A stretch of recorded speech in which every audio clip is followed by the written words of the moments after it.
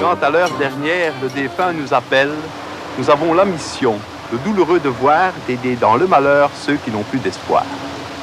Pour être des pompes funèbres, en bon entrepreneur, il nous faut, c'est certain, du tact et du cœur. Mais il faut avant tout, pour honorer les morts, matériel impeccable formant un beau décor, qui soit bien agencé avec art et noblesse, en une chapelle ardente révélant notre adresse. Et pour les corbillards qu'on voit de l'au-delà, équipement parfait le trouverez chez moi.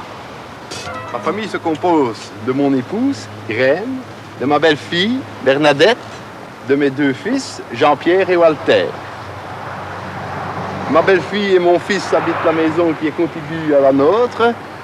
J'ai souhaité qu'ils habitent près de chez nous de façon à ce que ce soit le même magasin, le même téléphone et que nous soyons chacun chez nous, mais de toute façon à même de pouvoir répondre directement aux sollicitations des familles. Mon fils travaille constamment avec moi. C'est lui qui est donc, disons, le comptable de la maison en même temps que l'organisateur. Alors, mon autre fils a terminé ses humanités l'année dernière et puis tout doucement, il apprend le métier. Ma belle-fille, elle est l'hôtesse du funérarium. À chaque funéraille, elle est présente. Et votre femme? Ah, ma femme, c'est la pièce maîtresse de la maison. C'est elle qui règle tous les problèmes, n'est-ce pas? Elle s'occupe bien sûr du ménage, mais elle nous aide beaucoup parce que quand mon fils ou moi, nous sommes absents, eh bien, c'est elle qui reçoit les familles, qui les fait patienter et qui, à l'occasion, prend arrangement. Mon père avait un tout petit corbillard. En 1948, eh bien, j'ai demandé à mon père si je pouvais travailler avec lui, puis j'ai acheté des tentures funéraires. J'ai commencé à placer des deuils dans les maisons. Puis après, j'ai acheté des cercueils que je vendais aux familles. Et j'habite une petite ville ici, à quelques kilomètres. Et c'est arrivé un moment où tout le monde pratiquement s'adressait à moi.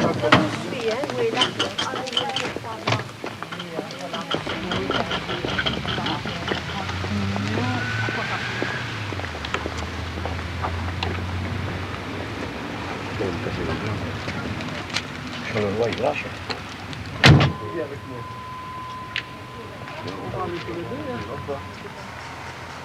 Le cercueil est la partie maîtresse de l'organisation des funérailles, mais il faut voir bien autre chose. On pourrait très bien fournir un très beau cercueil de parfaite qualité. Si le service ne correspond pas à ce qu'une famille attend de vous, c'est un enterrement qui sera mal organisé.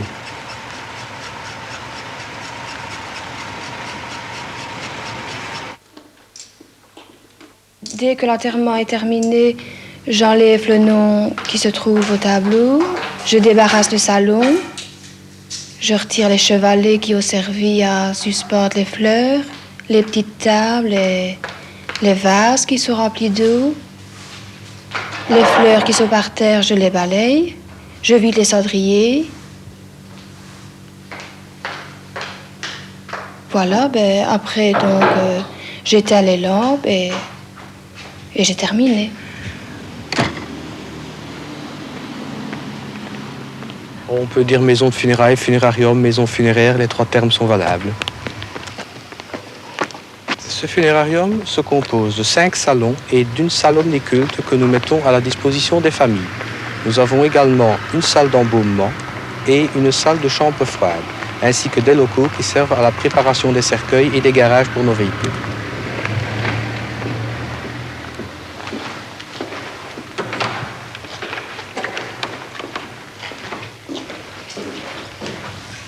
Voici un des salons que nous mettons à la disposition des familles. Le corps est placé sur ce catafalque et il séjourne entre le moment de la mise au cercueil et le jour des funérailles.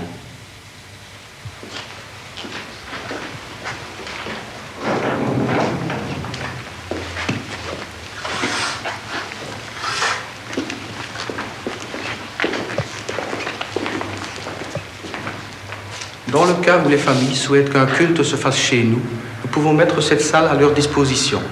À ce moment-là, le corps est placé sur ce catafalque et le salon que nous avons vu tout à l'heure sert à présenter les condoléances.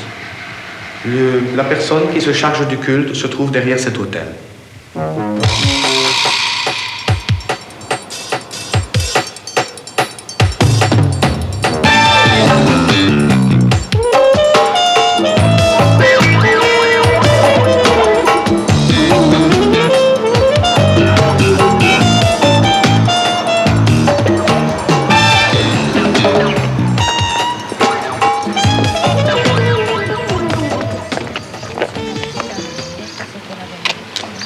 Voilà, mesdames, si vous voulez bien suivre, je vous en prie.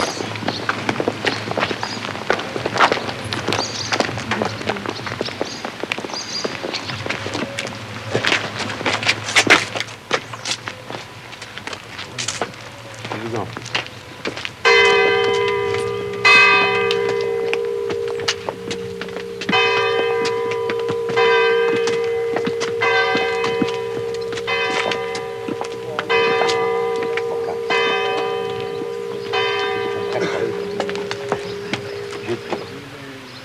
Bon, après l'enterrement, comment allons-nous nous arranger? Michel va partir au crématoire.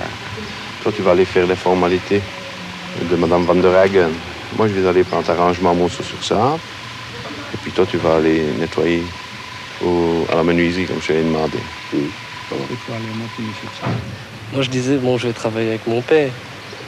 Et tout le monde connaît dans la région papa, donc évidemment, mes copains, ils disaient, t'es fou de faire ça, c'est vraiment bête. Mais moi, je leur expliquais que, bon, de toute façon, maintenant, il est quand même difficile de se trouver une situation. Et moi, comme tout était prêt pour moi, c'était vraiment mon intérêt de faire ce métier. Et à 19 ans, voir des morts tous les jours, c'est pas rigolo quand même. C'est une question d'habitude. Pour les ouvriers à la maison, c'est la même chose. Au début, bon, eux viennent de différents métiers. Et au début, c'est peut-être bizarre, mais après, on s'habitue et c'est pas trop dur. Et vous, vous êtes habitué aussi? Il a fallu s'y adapter. Au début, c'était un peu laborieux, mais maintenant, on a l'habitude, en fait. Ah, moi, c'est un peu plus difficile pour m'adapter au travail. Oui. J'en ai eu pour un bon petit moment, pendant au moins 5-6 mois. Ça ne marchait pas. Enfin, j'étais même décidé à arrêter à un moment donné. Et pourquoi? Qu'est-ce que vous ressentiez? Je ne sais pas. Je rêvais beaucoup. Je ne dormais pas. J'avais des cauchemars. Mais après, tout à coup, ça passait. Ce sont surtout les odeurs qui vous gênent dans le métier? Ah, c'est parfois terrible.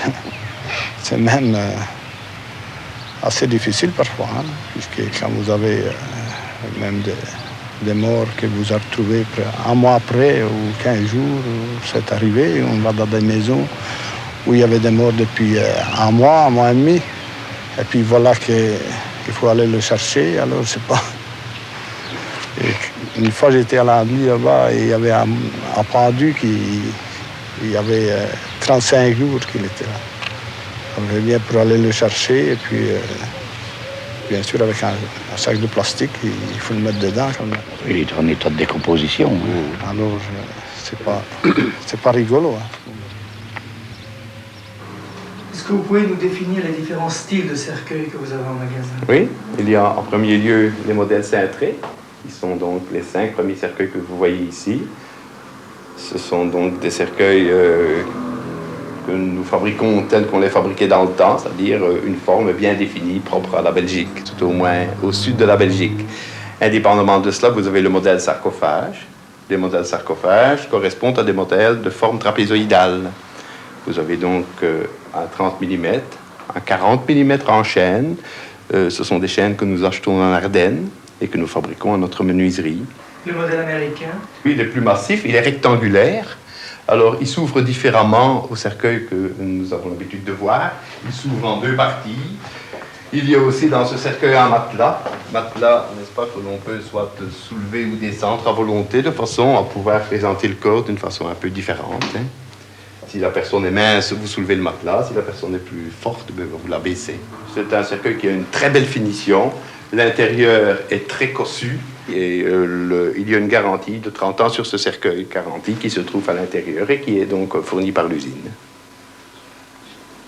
Vous sentez le poids de la crise dans vos affaires? Plus ou moins, oui, pour la bonne raison que nous avons donc dû prévoir d'avoir un cercueil d'un prix raisonnable, mais qui présentait très bien, de façon à permettre à chacun d'avoir un enterrement décent.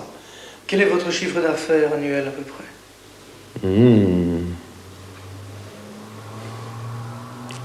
On peut dire ça?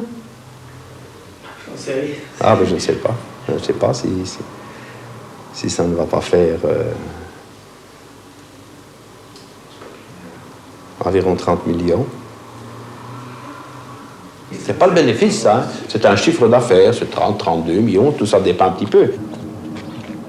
Je ne me considère pas comme cher en fonction des services que nous rendons aux familles.